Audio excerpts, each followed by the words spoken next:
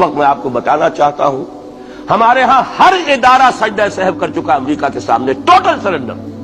اور یہ بات جو قاضی حسین احمد صاحب کہہ رہے ہیں 100% درست کہہ رہے ہیں، 100% درست کہہ رہے ہیں۔ ٹوٹل سرنڈر، چاہے وہ بے نظیر ہو، چاہے وہ نواز شریف ہو، اور چاہے وہ کوئی اور ادارہ ہو آپ کا جو یہاں پہ قوت کا اصل سرچشمہ ہے اور منبع ہے، سب کے سب 100% جو ہے اس کے سامنے سجدہ کر چکے۔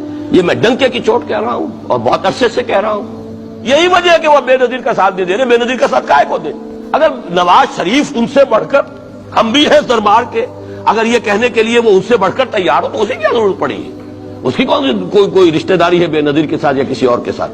ہاں، اگر نواز شریف کہیں کسی جگہ پر بھی کوئی اپنے پاؤں کو گھسیٹتا، ڈریگ کرتا، اپنے فیٹ کو کہیں کوئی رکاوٹ ڈالتا، پھر ٹھیک ہے، پھر اس کو آلٹرنیٹ لانے کے لیے تو کوئی ہے نہ کوئی سوال۔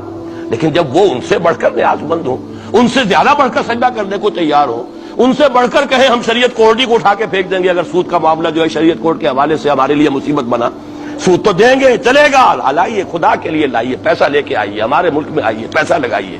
اور یہ سود وود کا یہ کوئی مولوی لوگ ہیں پاگل جو کہتے ہیں کہ یہ کوئی حرام ہے، اور کوئی پاگل ہمارے شاید وہ کورٹ والے بیٹھے ہوئے تھے جنہوں نے اسے کہہ دیا کہ بینک انٹرسٹ بھی جو ہے ربا ہے۔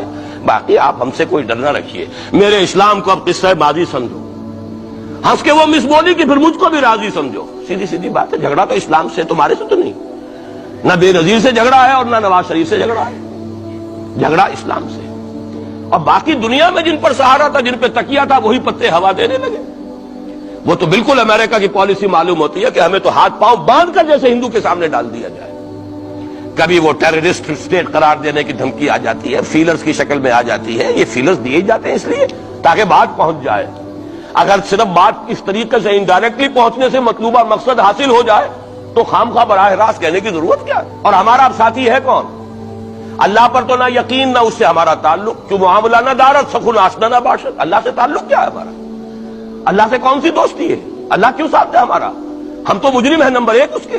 اور نہ معلوم کب سے میں یہاں ان مسجدوں کے اندر بھی اور اپنی تقریروں میں غور کرتا رہا ہوں کہ کیا وہاں ہو رہا ہے، لیکن ہمارے تو کان پر جوں نہیں ریگتی۔